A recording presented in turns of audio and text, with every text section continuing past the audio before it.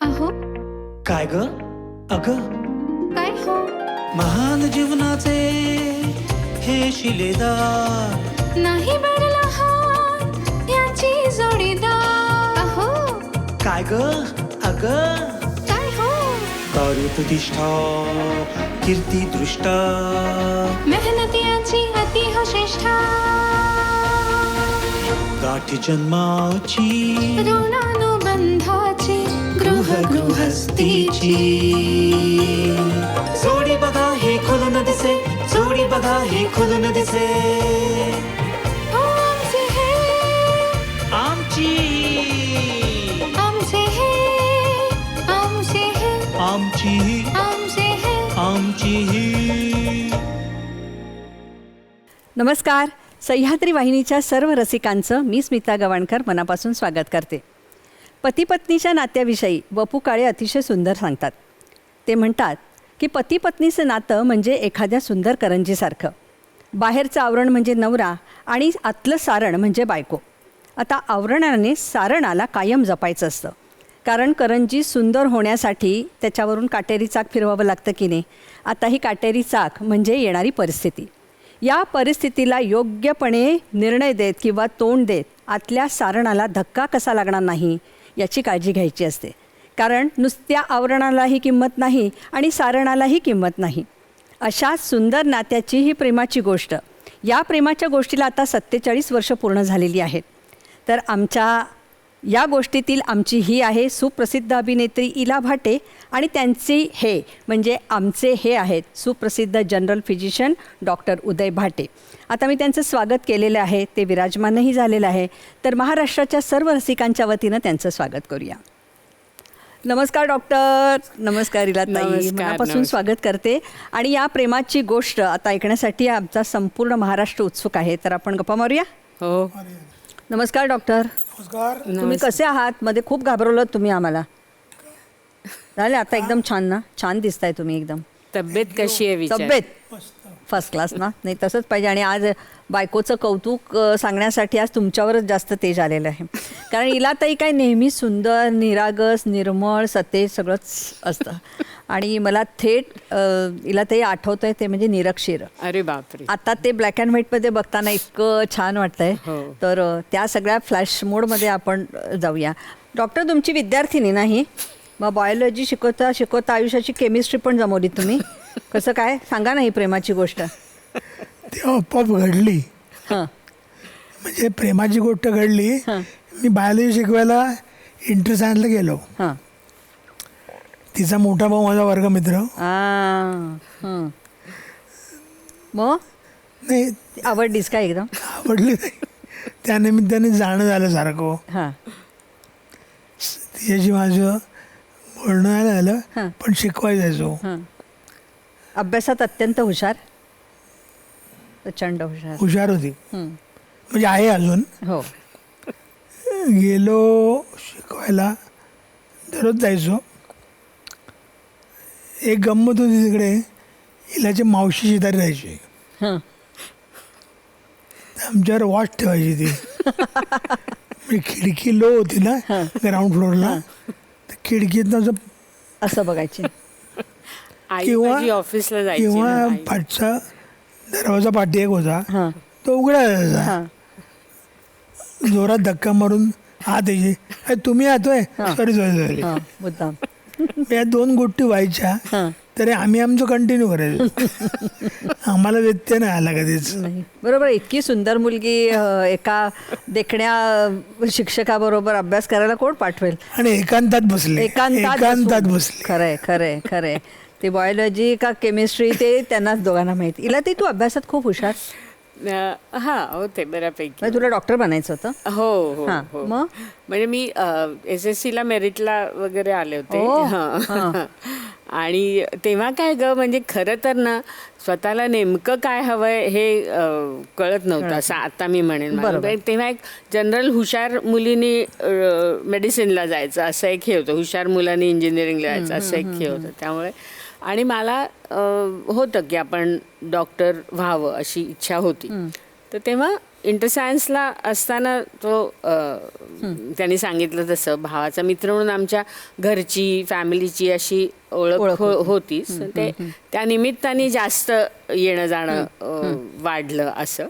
आणि मग फक्त इंटरसायन्सला का बायोलॉजीत मला छान मार्क मिळाले, पण केमिस्ट्री प्रॅक्टिकलमध्ये मला एकदमच कमी मार्क मिळाले. त्यामुळे मग मला मेडिसिनला नाही ॲडमिशन मिळालं. हां, पण म्हणजे तेव्हा सुद्धा तू आत्ता जे ते वर्णन केलंस करंजीचं आणि कव्हर आणि प्रोटेक्शन वगैरे असं, तर तो माझ्यासाठी एक खूप मोठा धक्का होता. तोपर्यंत शाळेत खूप कौतुक, खूप बक्षिसं, खूप असं तसं असं म्हणजे छान सगळं आयुष्य चालत होतं.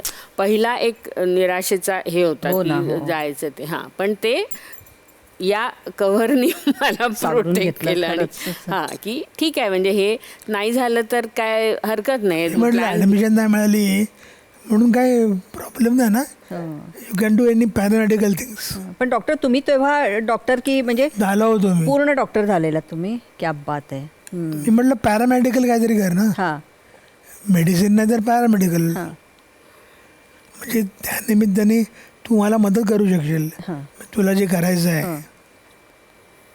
पण हे म्हणजे लग्न करायचं पक्क हे ठरलंच होतं? म्हणजे पक्क म्हणजे आम्ही कोणाही खरी गोष्ट सांगू तिथली गंमत, आम्ही कोणी एकमेकाला विचारलं नाही की तू माझे लग्न करायला. बर, अंडरस्टूड.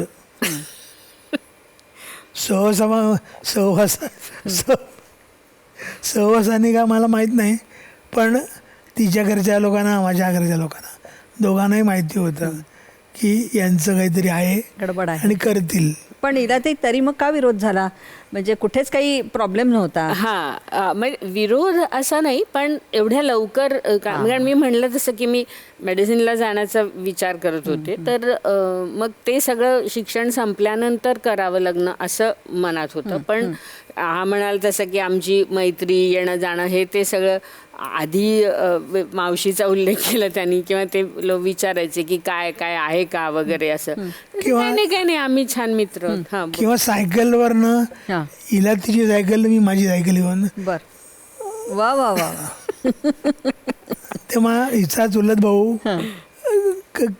परत वेळाने मला बघितलेला आहे, त्याच्या वडिलांना सांगायचा ते बघा येतात ते हिला द्यायचे.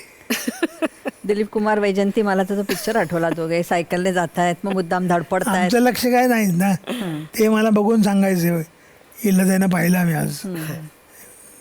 तू पॅथॉलॉजीचा हे केलंस ना नंतर पॅरामेडिकल? हो, म्हणजे ते तू म्हणालीस की विरोध करतात, त्यांना असं वाटलं होतं की अजून लहान आहात तुम्ही, तर एवढं कमिटमेंट. पण जेव्हा त्यांच्या लक्षात आलं तेव्हा मग इंटरसायन्स झाल्यावर आमचा साखरपुडा झाला. आणि मी मेडिसिनला मला नाही मिळाली, त्यामुळे मग आमचं हे ठरवून मी मायक्रोबायोलॉजी केलं BSc घेऊन, आणि पुढे DMLT केलं की पॅथॉलॉजीची लॅब छोटीशी सुरू केली. म्हणजे असा आमचा प्लॅन B हे झालं. आणि मग मेडिसिनला जायचं नाही मग तितकं आणि थांबायचं कशाला, मग BSc झाल्याबरोबरच आमचं लग्न झालं.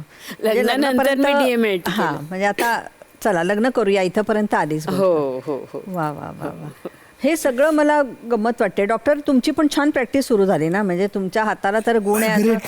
सगळे पार्लेकर अनेक पेशंट सांगत असतात की डॉक्टर आधी बोलण्यामुळे डॉक्टर 80% आजार हो. नाही, पण मी एक सांगेन, आमचं लग्न झालं त्यावेळेला तो गजानन क्लिनिक म्हणून डॉक्टर माहिमतुरांचं ग्रँट रोडला, तिथे तो नोकरी करत होता. म्हणजे आमचं जूनमध्ये लग्न झालं, पण ऑक्टोबरमध्येच त्यांनी, त्याच्या आधीच वर्सोव्याला जागा घेऊन ऑक्टोबरला दसऱ्याच्या दिवशी त्यांनी त्याचं स्वतःचं क्लिनिक सुरू केलं 78 साली. कारण तेव्हा नोकरी करत होता, 500 रुपये पगार होता त्याला, आणि घराची जबाबदारी म्हणजे माझे सासरे तेव्हा निवृत्त झालेले होते. आम्ही दोघं, सासू सासरे आणि माझी धाकटी नणन, असे आम्ही होतो. तर ते सगळी म्हणजे घराची जबाबदारी त्याच्यावरच होती. पण ऑक्टोबरमध्ये ज्या दिवसापासून क्लिनिक त्यांनी स्वतःचं सुरू केलं तेव्हा खरंच म्हणजे परमेश्वर कृपेने आणि त्याच्या मेहनत, ज्ञान आणि कौशल्य यांनी त्याची प्रॅक्टिस खूप चांगली सुरू झाली. डॉक्टर इलाताईच्या मनाविरुद्ध काही घडू नये म्हणून तुम्ही हाफ पॅन्टमधून फुल पॅन्टमध्ये आला असं मला सुरुवातीला हां, काय झालं ते? घरी असताना मी नेहमी हाफ पॅन्ट घालायचो, पण हिला ते आवडायचं नाही मला माहिती होतं. तर माझी धाकटी बहीण खाली येताना दिसली, दादा आली आली आली आली फुल पॅन्ट फुल पॅन्ट. म्हणजे उगाच त्या गोष्टीमुळे मूड जायला नको. हो बापरे, बरोबर आहे. बघा बघा, पण बघ म्हणजे हे लग्नाच्या आधी, लग्न झाल्यानंतर घरीच काय पार्लाभर मार्केटमध्ये तो तेव्हा मुभा होते ना, म्हणजे हक्काची बायको झाली. बरं, इलाताई, इला या शब्दाचा काय अर्थ आहे? म्हणजे लक्ष्मी एवढं मला माहितीये, पण नाही, इला या शब्दाचे 2 अर्थ आहेत. माझ्या आजोबांनी ठेवलंय माझं ते नाव. ते त्याचा एक अर्थ पृथ्वी म्हणजे वेदवती असा आहे, आणि दुसरा अर्थ सरस्वती असा आहे, म्हणजे गॉडेस ऑफ विजडम, विद्येची देवता, पण ती अंतराळातली. म्हणजे भूलोकावरची सरस्वती, पाताळातली भारती आणि अंतराळातली विद्येची देवता इला, असा त्याचा. पण ते सगळंच मिळालं तुला, म्हणजे सरस्वती पण आहेस, लक्ष्मी पण आहेस आणि शारदा पण आहे, म्हणजे बुद्धी आहे, कला आहे आणि संपत्ती पण आहे, असं असं म्हणूया आपण. मग मला आता कळतच नाही आहे की मी डॉक्टरांचा 2 इंटरव्ह्यू घेते का प्रसिद्ध अभिनेत्री इला भाटे यांचा घेते. मग ह्या प्रसिद्ध अभिनेत्रीचा प्रवास मला कुठे दिसतच नाही आहे. मग काय नक्की झालं? म्हणजे तू आधी पण काही बोलली नाहीस. मला वाटतं याला तुम्हीच कारण ठरला आहात काहीतरी ना? बोलायला नाही, म्हणजे हा प्रवास सुरू होण्यासाठी मी आनंदी दिसत नाही असं मला वाटलं. घरी आल्यानंतर मी पाहिलं, प्रॅक्टिसला जायची तेव्हा, घरी यायची तेव्हा विशेष आनंद झाला चेहऱ्यावर. आपण कुठलंही काम केल्यानंतर आवडीचं काम आपल्याला बरं वाटलं पाहिजे ना. हो हो हो. तसं मला कधी इलाच्या चेहऱ्यावर दिसलंच नाही. हे मी कित्येक दिवस ऑब्झर्व करत होतो. एक दिवस मी त्याला विचारलं, हिला तू खरंच इंटरेस्टेड आहेस का? तुला पॅथॉलॉजी इंटरेस्ट वाटतोय का दुसरं काय करायचं आहे? तिने पॉज घेतला, आणि दुसरं काय करायचं म्हणजे नाटकात काम करायचं का? बर, स्पेसिफिक केलं. बीटिंग अराउंड द बुश नाही केलं. मला माहिती होतं तिला नाटकामध्येच इंटरेस्ट होता, त्यामुळे म्हटलं तुला नाटक करायचं आहे का? खूप आडेवाडे घेऊन तिने हो म्हणाली. बापरे. पण त्यांचं ऑब्झर्वेशन बघ ना, की बायको आनंदी दिसत नाही हे लक्षात येणं आणि थेट हा प्रश्न करणं. हिला ते काय ग नक्की झालं तेव्हा? हो, नाही, मलाही खूप, म्हणजे आता सांगतोय तर पाठीमागे वळून बघताना खरंच असं वाटतंय की मला ते खरंच नव्हतं उमजलं, समजलं की म्हणजे काय ना, मी लहानपणी अगदी बालनाट्यातनं कामं केली किंवा नंतर अशी चुटपुट थोडंसं काहीतरी कुठेतरी केलं. माझे वडील प्रसिद्ध नट आणि समाजसेवक नंदा पातकर, तर त्यांच्याकडनं मला अभिनयाचा वारसा आला असावा. नाटक आवडायचं खूप बघायला, त्याच्याबद्दल बोलायला वगैरे वगैरे. पण मी तुला म्हणलं तसं की त्यावेळेला परिस्थिती अशी नव्हती की कलाक्षेत्र किंवा ते क्षेत्र आपल्या व्यवसायाचं किंवा कामाचं म्हणून निवडावं अशी ती परिस्थिती नव्हती. काही कधी थोडीफार विचारणा झाली होती, पण आई म्हणायची की नाही, हुशार आहेस तू, तुला म्हणजे अभ्यासात हे आहे तर तेच कंटिन्यू कर, तिकडे काही नको. म्हणजे हाऊस म्हणून थोडं थोडं केलं होतं. पण ही म्हणजे ही गोष्ट साधारण आमचं 78मध्ये लग्न झालं. माझी मुलगी होऊन 83मध्ये माझी लॅब सुरू केली होती मी, आणि ही गोष्ट साधारण 86च्या ह्याच्यात म्हणजे लग्न होऊन आमची जवळजवळ 9 वर्ष वगैरे झालेली होती, 8 वर्ष. तर तेव्हा तो असं म्हणाला की ते तू आनंदी दिस. आणि तर ते त्यांनी म्हणणं आणि त्यांनी माझा हौस लक्षात घेऊन की बाबा नाटकात काम करायला तुला आवडतं वगैरे असं हे म्हणणं आणि तशी संधी येणं हा एक योगायोगाचा भाग होता. आणि तशी संधी आली 86 साली. आणि मी जेव्हा त्या अपराधी नावाच्या नाटकामध्ये काम करायला लागले, म्हणजे तालमी करायला लागले, ते नाटक हे सगळं ते अनुभवायला लागले, तेव्हा मला लक्षात आलं की आपण हे किती मिस करत होतो आणि हे आपल्याला किती आवडतंय हे करायला असं.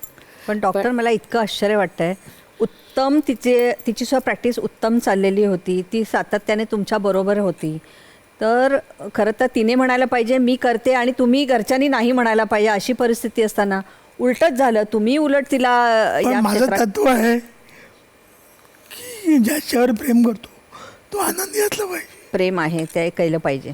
तो आनंदी असला पाहिजे हां बरोबर इन ऑल रिस्पेक्ट्स. बरोबर. मला वाटलं की काम करते पण आनंदी नाही आहे, मग काय प्रॉब्लेम आहे. आहा. पण डॉक्टर त्या निमित्ताने जो बॉम्ब फुटला घरी हे पटलं तुमच्याकडे? म्हणजे हे आत्ताही मला असं वाटतं की हे धक्कादायक आमच्याकडे आहे. पटलं नाही. पटलं. मी त्याला म्हटलं तू काळजी करू नकोस, I will take care of. त्याची काळजी मी करीन. तू जा तू आनंद घे आणि आनंद दे. वा. या महत्वाच्या गोष्टी. घरच्यांची घरच्यांनी केलं त्रास. नाही त्रास म्हणजे काय पुन्हा तेच ग, तो काळ असा होता ना की म्हणजे त्यांना असं वाटायचं की तुला नाटक आवडतं ना, तू हुशार आहेस तर नाट्यशास्त्राचा अभ्यास कर, त्याच्यावरती लेक्चर्स दे किंवा त्याच्यामध्ये PhD मध्ये त्याच्यात कर असं. पण नाटकात जाऊन काम करणं असं हे जरा म्हणजे फार हे नव्हतं. पण आणि म्हणलं तसं की खूपच खंबीर हे होती. आणि काय झालं त्याच्यानंतर जवळजवळ 94 सालापर्यंत माझी अशी 3 दगडांवरची कसरत चालू होती. म्हणजे माझी लॅब ही नेहमीच माझा एक पार्ट टाइम जॉब असावा तसं होतं. म्हणजे मी ते ब्लड कलेक्शनपासून ते रिपोर्ट टाईप करेपर्यंत सगळं मीच करायची. छोटेखानी काम होतं ते, पण तरी ह्याचे काही वर्षोहून वगैरे पण पेशंट पार्ल्यात, कारण पार्ल्यातच छोटी लॅब सुरू केली होती. आणि पार्ल्यात मी लहानाची मोठी झाले, मला सगळे ओळखणारे होते, त्यामुळे ते सगळेजण यायचे माझ्याकडे वगैरे. तर ते काम मग 86 मध्ये मी पहिलं प्रोफेशनल नाटक केलं, डायरेक्ट प्रोफेशनल. आणि नंतर परत 2-3 वर्ष काहीच नव्हतं माझ्याकडे. म्हणजे मी लॅब थोडी हे, आणि पण ते एकदा मला कळलं होतं ना की मला ह्याच्यात इंटरेस्ट आहे, तर तेही मी सांगते मध्ये जाताना, म्हणजे घरच्यांचा विरोधाबद्दल सांगताना की तो पिरियड पण त्यावेळेला मला असं एकदम उदास वाटणं, निराश वाटणं असं आहे. तर तेव्हा पण यांनी मला खूप सपोर्ट केलं की मग आम्ही असे छोटे छोटे आमची एक रजनी वेलणकरांच्या सासूबाईने एक रंगरश्मी म्हणून संस्था सुरू केली होती. तर त्या तर्फे आम्ही काही कार्यक्रम करायचो, काव्यवाचन, कुठे निवेदन, कुठे अभिवाचन, म्हणजे याच्याशी रिलेटेड काहीतरी असे छोटे छोटे उपक्रम त्या काळात मी करत होते की ज्याने, आणि लॅबचं कामही करत होते. तर अशी 3 दगडांवरची कसरत चालू होती. मी तिला कुठल्याही का करण्याबद्दल ऑब्जेक्शन नाही घेतलं. जे ती म्हणाले होते ना, हे करायचं ते करायचं ते करायचं, मी म्हटलं तू काही पण कर, आनंदी राहा आणि घरच्यांना आनंदी ठेव. पण तुम्हाला जेव्हा मित्र म्हणायचे किंवा तुमचे नातलग म्हणायचे हे सोडून हे नको, ते तूच कसं काय ढकललंस, तेव्हा तुम्ही काय उत्तर द्यायचं मला कळलं नाही. तरी तिला आवड होती म्हणून मी केलं. एका वाक्यात उत्तरे द्या. तिला आवड आहे, ती आनंदी राहिली पाहिजे. आणि पाहिजे ना, खूपच आहे. कारण काय होतं ना, जरी मी बाहेर जाऊन काम करत असले लॅबचं, तरी ते काम ठराविक वेळासाठी आणि असं होतं ना. हे जे काम आपल्या फील्डमध्ये म्हणजे नाटकाच्या पर्टिक्युलरली होतं, त्याचे म्हणजे नियमितपणे अनियमितता नाही, दौरे कधी असायचे आणि हे. तर त्यावेळेला म्हणजे साहजिकच मुलगी छोटी होती, त्यामुळे जबाबदारी एकूण घरातल्या याची जास्त पडायची त्याच्यावर. आणि त्याची स्वतःची प्रॅक्टिस. प्रत्यक्ष बसले का टोमणे? चिकार हो खूप. म्हणजे आता मुलगी पण हुशार होती, मग तिला काही बेस्ट स्टुडंट किंवा असं हे प्राइजेस मिळायचे किंवा काय, मग हाच बरेचदा जायचा समारंभ. कारण नेमकं माझ्या नाटकाचा प्रयोग असेल किंवा दौरा असेल वगैरे, तर काय आई नाटकं करायला गेली वाटतं नाटकं करायला असं हे व्हायचं. आणि कधी कधी खूप अतिशय लागेल अशा पद्धतीच्या काही कमेंट्स यायच्या, तेव्हा असं वाटायचं कधी कधी की कशासाठी आपण करतोय हे, म्हणजे आपली काही चूल त्याच्या विना अडलेली नाही आहे, आपण नाही केलं तरी हे नाही. पण त्यालाही ह्याचाच आधार होता की त्याच्याकडे तू लक्ष देऊ नकोस, म्हणजे ते आपल्याला जे हे आहे, विशाल हृदय पाहिजे अशा गोष्टींसाठी. कारण नंतर ना ह्या सगळ्या गोष्टींचा आपल्यालाही प्रेशर येऊन आपणही अपराधी व्हायला लागतो. अपराधी, हा. ते मात्र मला कधी वाटलं, कारण जाताना पण रुचा लहान असायची, तर तेव्हा ती कधीतरी रडायची. मग मला बाहेर पडताना असं खूप जड व्हायचं, पाऊल बाहेर घराबाहेर टाकणं. तेव्हाही तो सांगायचा की तू काय काळजी करू नको, तू गेलीस की 5 मिनिटात ती खेळायला लागेल बघ, किंवा विसरेल. आणि असं मला त्यामुळे एक गोष्ट मला सांगावीशी वाटतं की हिच्या मैत्रिणी होत्या, म्हणजे मिनू राजवाडे आणि रजनी वेलणकर. रुचा म्हणजे ही नवऱ्यावर गेली की तिची काळजी त्या दोघी जणी घ्यायची. म्हणजे ती छोटी तिची बॅग भरून मिनूकडे जायची, किंवा मला म्हणजे यांचाही सपोर्ट, म्हणजे आणि हळूहळू घरच्यांचाही, म्हणजे वडीलधारे जे होते त्यांचाही विरोध हळूहळू मावळला. कारण सिद्ध करेपर्यंत हा. आणि माझे वहिन्या किंवा माझी आई, घरची नातेवाईक मंडळी आणि ही मित्रमंडळी यांचाही तसा सपोर्ट मला खूप मिळाला. हिला ते मागे काहीच तुझं खरं तर म्हणजे म्हणतात ना की मी ह्या एकांकिका केल्या आहेत, इतकी बक्षिसं मिळाले, असं कुठलीही संपत्ती नसताना अचानक इतक्या चांगल्या करिअरमधनं दुसरी करिअर निवडणे हा एक मोठा, हाच खरा मुख्य स्ट्रगल आहे. पण जेव्हा तुझं एक नाटक झालं आणि तुझ्या आवाजावरच खूप टीका झाली, त्यावेळेला नको हे असं झालं तुला, आणि ते कसं तू ते पचवलंस पुन्हा? हो, तेव्हा नको हे असं होण्यापेक्षा एकदम नाउमेद या दृष्टीने की आपल्याला तर हे करायचं आहे आणि आपल्याला हे जमतं आहे, पण आपल्या आवाजच जर लोकांना आवडला नाही तर मग काय ह्यांनी खूप मी काय करायचं असं एक हतबलता किंवा पुढे एकदम अंधार रस्ता बंद असं एक परिस्थिती निर्माण झाली होती. परंतु त्यावेळेला मी तुला म्हणलं होतं तसं की सगळ्यांनी फक्त काय करायचं हे कोणाला नक्की माहीत नव्हतं, पण एकाच व्यक्तीचं नाव सगळे सांगत होते की डॉक्टर अशोक रानडे ह्यांच्याकडे तू जा, ते तुला काय ते योग्य मार्गदर्शन करतील. ते नाव म्हणजे मी इतकी लहान, म्हणजे सर्व दृष्टीने क्षेत्रामध्ये अनुभवाने आणि लहान होते की, आणि ते नाव एवढं मोठं होतं की मी कशी त्यांच्याकडे जाणार आणि कसं त्यांना विचारणार की बाबा तुम्ही मला शिकवता का, असं ह्याचं मला खूप दडपण आणि भीती होती. तेव्हाही उदय म्हणाला की घाबरायचं काय त्याच्यात, फार तर काय ते नाही म्हणतील ना, आणि काय होणार आहे वेगळं, विचार तर जाऊन असं. त्यामुळे म्हणजे प्रत्येक वेळेला हा जो, आणि त्याचा पहिल्यापासूनच तो सगळ्या दृष्टीने एक कणखर आणि पॉझिटिव्ह असा जो एक हे आहे, त्याचा नेहमीच मला खूप आधार वाटत आला.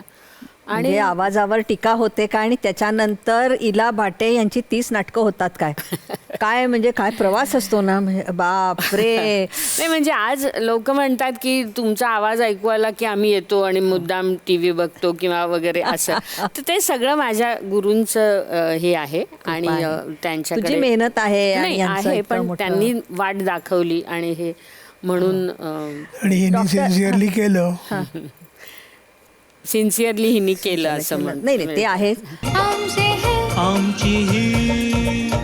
डॉक्टर, मला तुम्हाला असा प्रश्न विचारायचा आहे की या क्षेत्राकडे ती आनंदी नाही म्हणून तिला चांगलं क्षेत्र निवड आणि तू आनंद दे, हे मान्य आहे मला, पण त्यानिमित्तानं हिरोईनबरोबर ती काम करणार आणि मग दौरे आणि ह्याचं काय, इतकी सुंदर पत्नी आपली, इतकी सुंदर बायको, बस विषय संपला, विश्वास.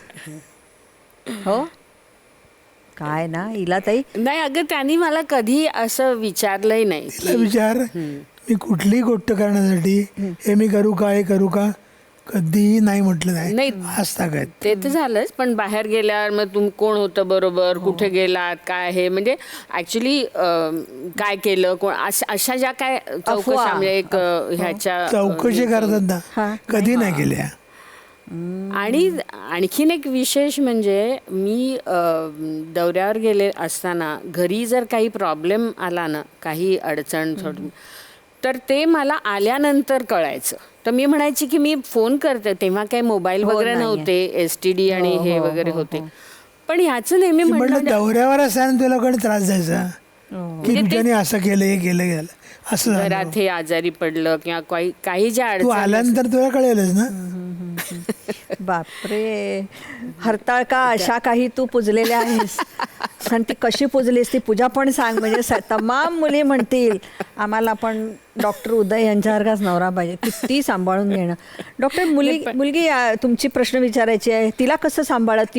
ती किती छान मुलगी आहे, किती छान संस्काराने मोठी झालेली आहे. आज परदेशात एवढं मॅच्युअर्ड राईट फ्रॉम पहिला मॅच्युअर्ड होती. तिला तुम्ही म्हणजे समजवायचात, कधी कधी तरी रडत असेल? फिरायला घेऊन जायचो, आईस्क्रीम द्यायचो, काही ना काहीतरी करायचो, पण I to make her feel nice. ते 96 साल ते तोच सांगेल. म्हणजे तिच्यासाठी म्हणजे मी 96 मध्ये दोन टाइम प्रॅक्टिस करायचो. मी लक्षात आलं की दौऱ्यावर जाणं तर फ्रिक्वेंटली व्हायचं. मी म्हटलं आता रुचा एकटी राहायची, तिला आईची आठवण येणार, काहीतरी आपण खोटं सांगणार, इकडे गेले तिकडे गेले, ये लवकर. मी म्हटलं आपण 1 टाइम प्रॅक्टिस करू. काय 1 टाइम प्रॅक्टिस?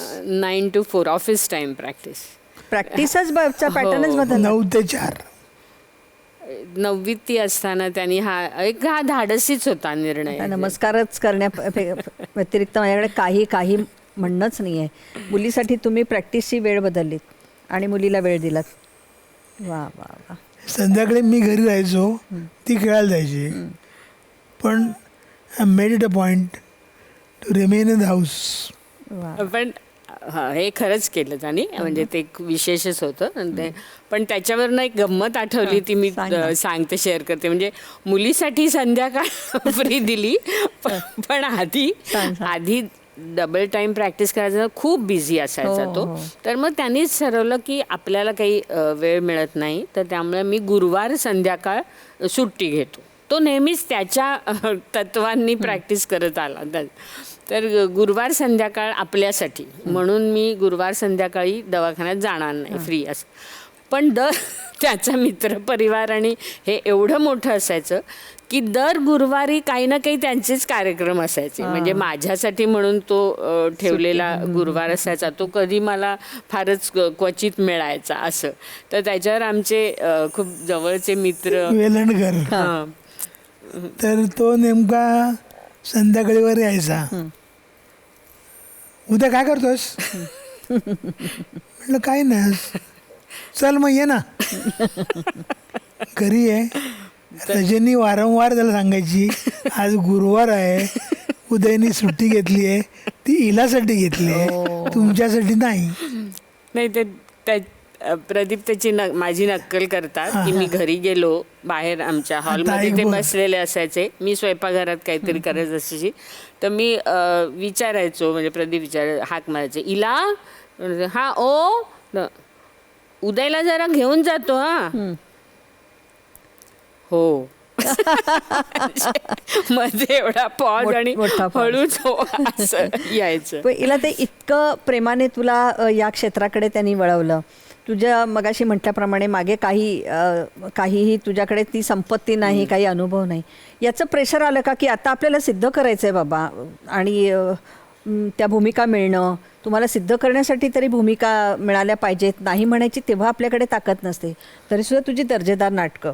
हां, म्हणजे त्याचं दडपण नाही आलं, पण आपण ते करत राहिलं पाहिजे. कारण हे मला माझ्या गुरूंनी सातत्याचं महत्त्व त्यांनी मला माझ्या मनावर केलं की तुम्हाला कधी कधी पटकन यश मिळणं, पटकन तुम्हाला काही अवॉर्ड्स, पारितोषिक मिळणं हे तुमच्या प्रगतीसाठी सुद्धा अडसर ठरू शकतं असं ते म्हणत की तुमचं शिकणं, तुम्ही एका ह्याला. त्यामुळे असं व्हायचं की बरीच, म्हणजे मी आता 86 पहिलं व्यावसायिक नाटक केलं आणि मी किती 2008-2009 जेव्हा युटर्न केलं तेव्हा मला पारितोषिक मिळालं.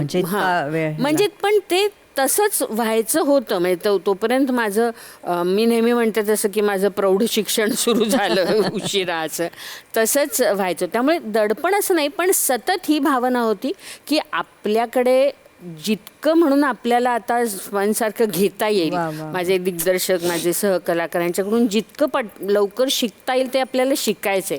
कारण या सगळ्या परिस्थितीमध्ये म्हणजे थोडं प्रतिकूल असताना ह्यांनी काही सॅक्रिफायसेस ॲडजस्टमेंट करून केलं तर आपल्याला ह्याच्यात चांगलं काहीतरी करायचंय हे भान होतं. आणि नाही म्हणण्याबद्दल तू म्हणालीस तर ते मात्र एक होतं की मला जर नाटक म्हणजे नाटकाच्या बाबतीत मी बोलतेय, सिरियल आणि ह्यावर, कारण तेव्हा मी बरीच वर्ष फक्त 2000 सालपर्यंत फक्त नाटकच करत होते.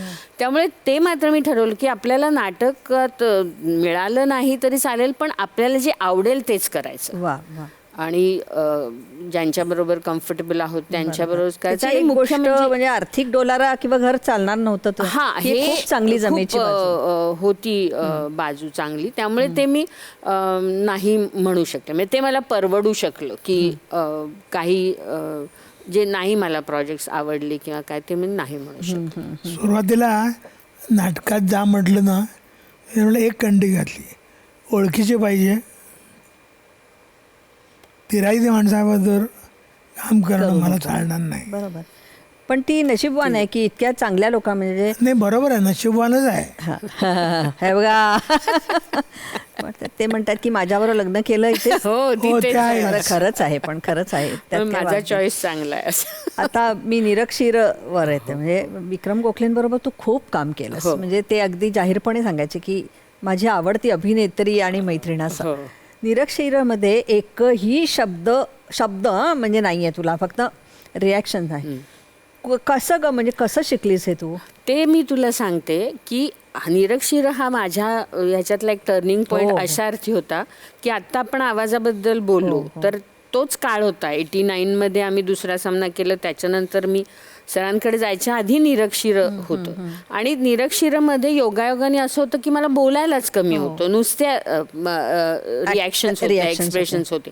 तर ते करत असताना मी अभ्यास म्हणून त्यावेळेला म्हणजे तो माझे विक्रम काम करायचे, नवरा जे बोलत असेल तेव्हा माझ्या मनात काय भावना येत असेल किंवा काय विचार काय मला होत असेल ते मी असं एका पानावर लिहून काढलं. म्हणजे स्क्रिप्ट एका बाजूला ना, तर त्याच्या बाजूला मी लिहून काढलं माझ्याने की इमॅजिन करू की तेव्हा माझ्या मनात काय चाललं असेल. आणि तशा प्रकारचे एक्सप्रेशन्स मी देण्याचा प्रयत्न केला ते हे करत असताना.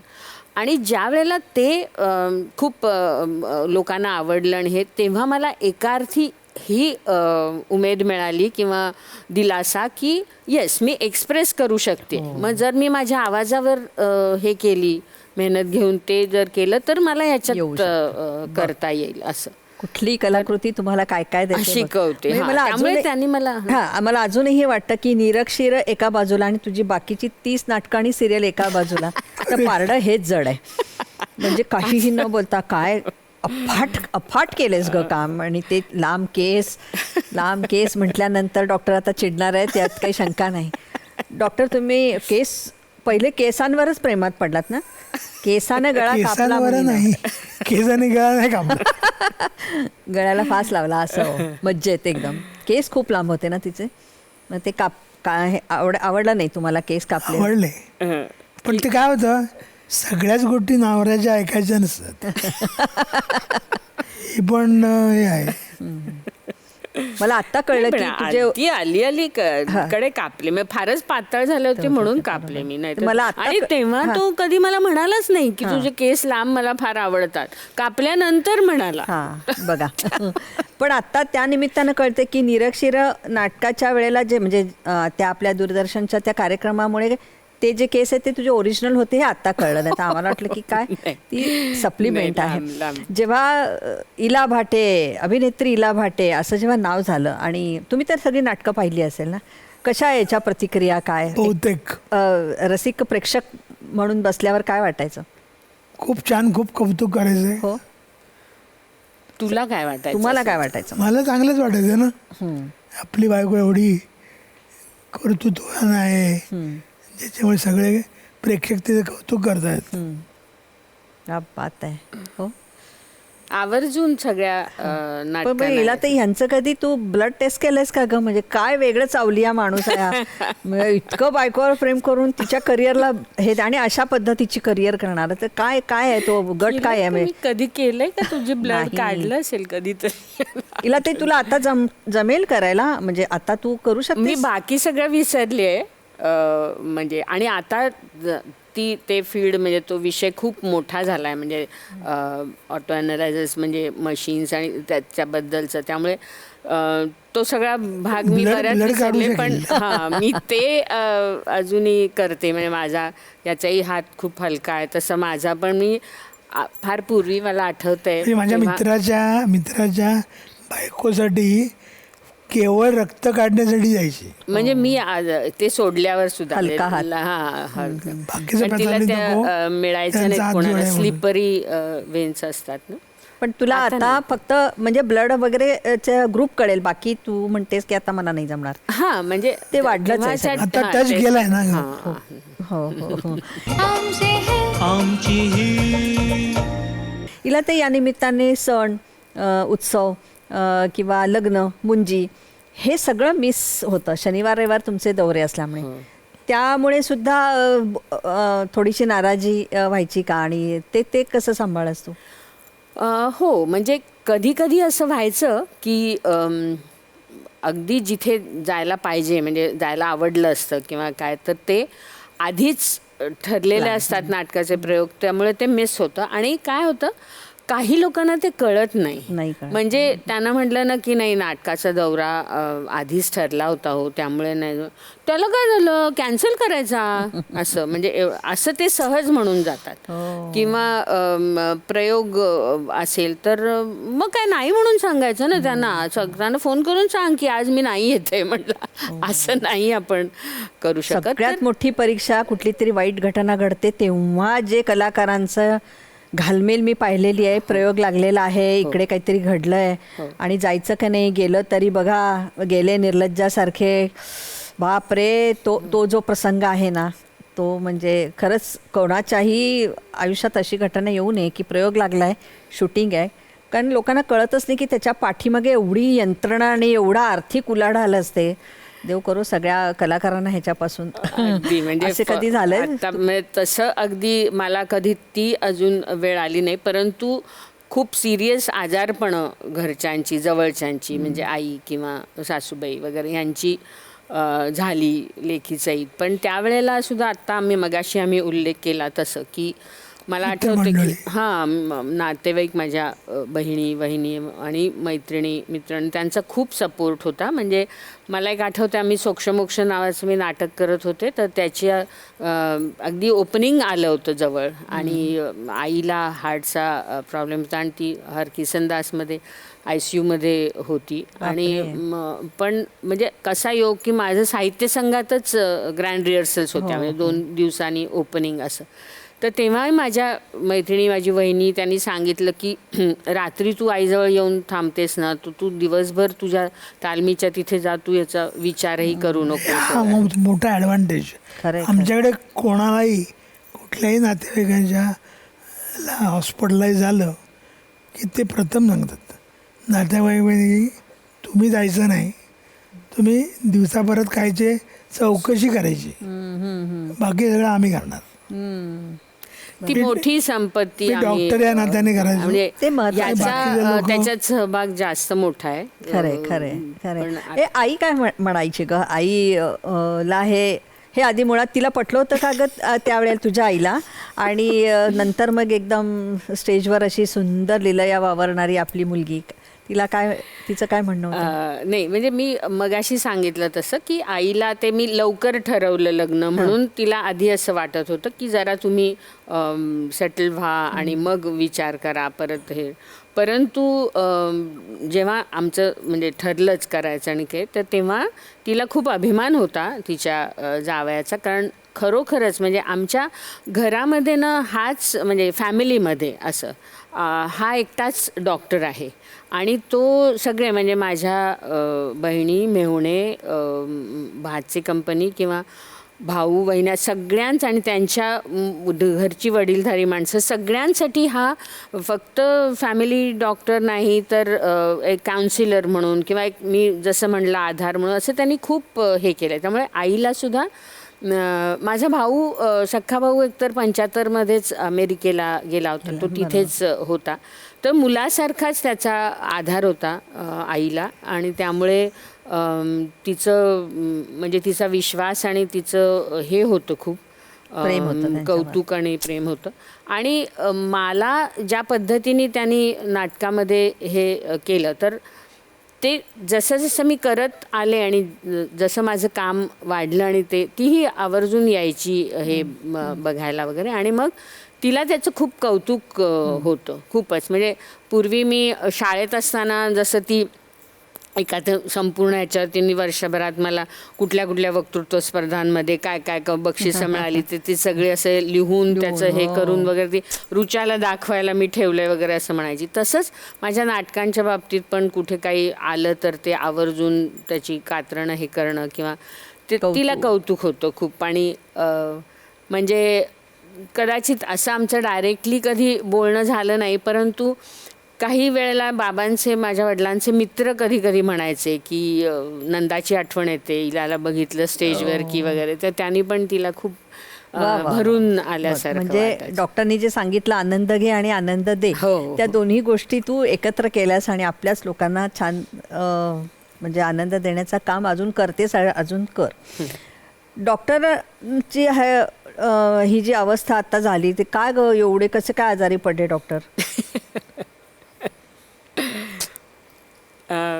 ॲक्च्युली म्हणजे 19 साली म्हणजे 18 साली एकदा तो घरातच पडला आणि त्याला एका पायाला फ्रॅक्चर झालं. त्याच्यातून सगळं बरं होऊन वगैरे आम्ही माझी लेक अमेरिकेत असते, त्यामुळे आमचं साधारण तिचं 11 साली लग्न झालं तेव्हापासून आमची दरवर्षी एक अमेरिका ट्रिप असतेच. म्हणजे ती आधी शिकायला गेली आणि नंतर तर 19मध्ये त्यातनं सगळा तो बरा झाला. मग 19 साली आम्ही परत गेलो अमेरिकेला आणि तिथे कॅनडाला गेलो असताना तिथे थंडी होती खूप आणि त्याला अनफॉर्च्युनेटली म्हणजे 25-एक वर्ष झाली त्याला डायबिटीस आहे. पण त्याचं तुम्ही आता ऐकताय बघताय तसं पॉझिटिव्ह ॲटिट्यूड आणि व्यवस्थित स्वतःकडे लक्ष देणं हे वगैरे तब्येतीचं हे होतं.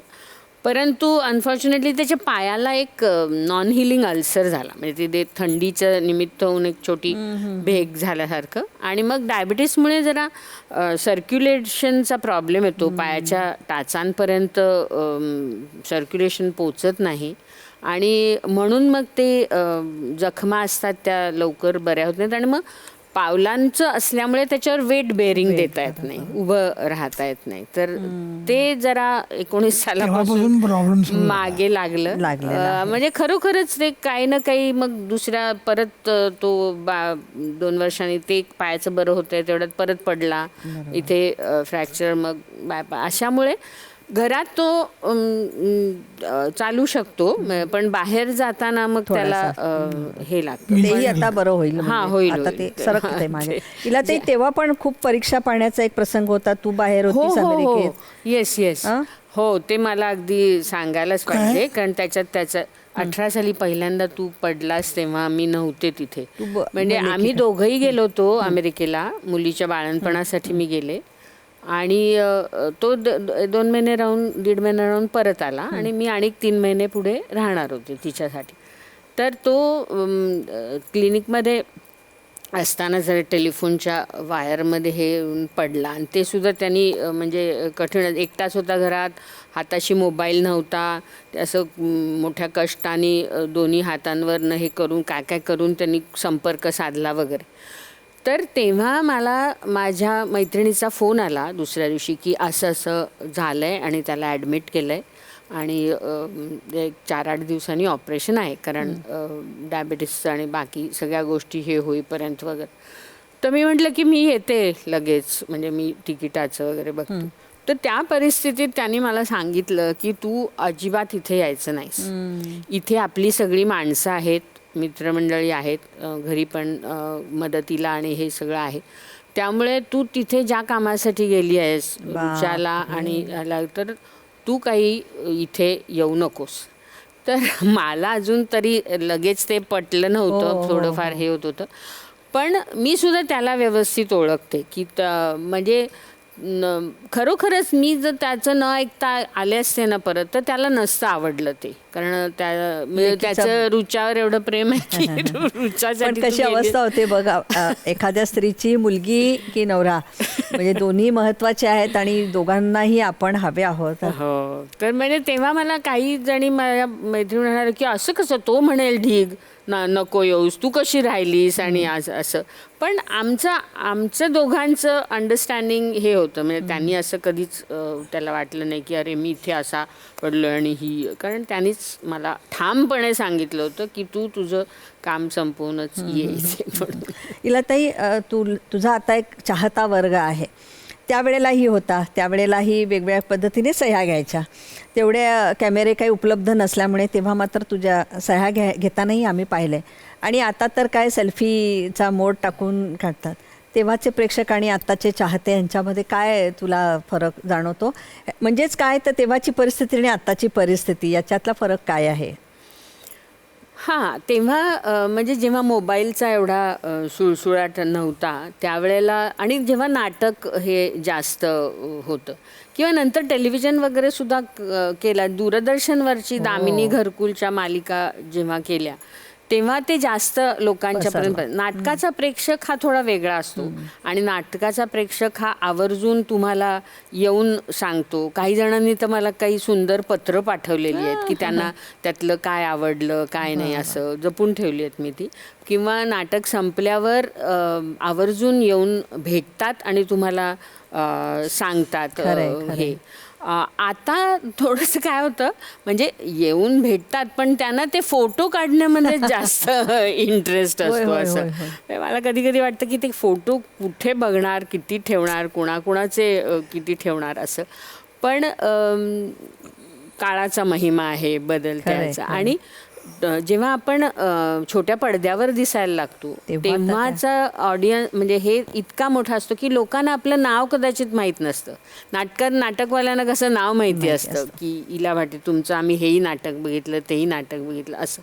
इथे नाव माहिती नसतं, इथे चेहरा त्यांना माहीत असतो. त्यामुळे बघितलंय म्हणजे टी व्हीवर तुम्हाला बघितलंय म्हणून मग अगदी म्हणजे देशाच्या कानाकोपऱ्यात पण विशेषतः DD हे जेव्हा दामिनी घरकुल चालू असायचं तेव्हा अगदी आम्ही हिमाचलमध्ये गेलो काय किंवा केरळला गेलो तर अनेक म्हणजे मराठी माणूस दिसला की त्यांना ते आवडीने ते सांगायचे. पण तेव्हा फोटो काढणं, आता काय झालंय ना, आणि फोटो कुठे काढावा याचं सुद्धा त्यांना काहीच हे त्यांना हवं तिथे. हां, म्हणजे ते कधी काही कोणी गेलं त्या ठिकाणी आपण भेटायला गेलो आणि असं तर मग असं सांगावं लागतं की नको बाबा हां नंतर ठेवा. किंवा मॉलमध्ये वगैरे वॉशरूमला गेलो तर तिथे पण हे करा.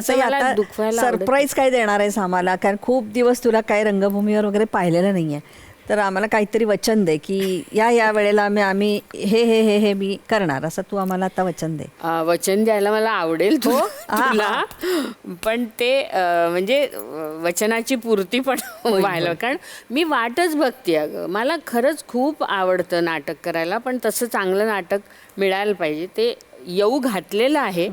तर मी असं म्हणजे मला तुम्ही तथास्तू म्हणा असं मी म्हणते. तथास्तू. कारण अरुण नलावडे सर जेव्हा आले होते तेव्हा त्यांनी अर्ध फोडलेलं आहे रहस्य. तर ते त्यांच्याबरोबरच एक नाटक आम्ही करू म्हणजे करायचं ठरवलेलं आहे देवेंद्र पेम यांचं. तर ते आम्ही सप्टेंबर एंड किंवा ऑक्टोबरकडे येईल असं मला. हिला ते या वास्तूनं तुझ्यावर इतकं प्रेम केलेलं आहे आणि त्याचबरोबर महाराष्ट्राच्या रसिकांनी पण प्रेम केलेलं आहे. आणि हे तर काय प्रेमाचा मोठा स्रोत, धबधबा, ऊर्जा सगळंच आहे. त्यामुळे तुझ्या मनासारखं सगळं इथून पुढे होईल. तू आनंद घे, आम्हाला आनंद दे. वेदवती, सरस्वती, शारदा तिचा उदय करण्यासाठी जो कोणी असेल, विष्णू काय राम लक्ष्मण जो कोणी आहे तो उदयच्या रूपात आहे. त्यामुळे तुमच्या दोघांचं सहजीवन असंच पुढे जाऊ देत. तुम्ही लवकर खणखणीत बरे व्हा आणि छान पळत पळत Thank पळत you. पुन्हा एका वेगळ्या गप्पांसाठी आमच्या ते या ఇలా ते खूप तुला मनपूर्वक शुभेच्छा देते आणि Thank you. आभार सर आलात तुम्ही मज्जा आली थँक्यू धन्यवाद.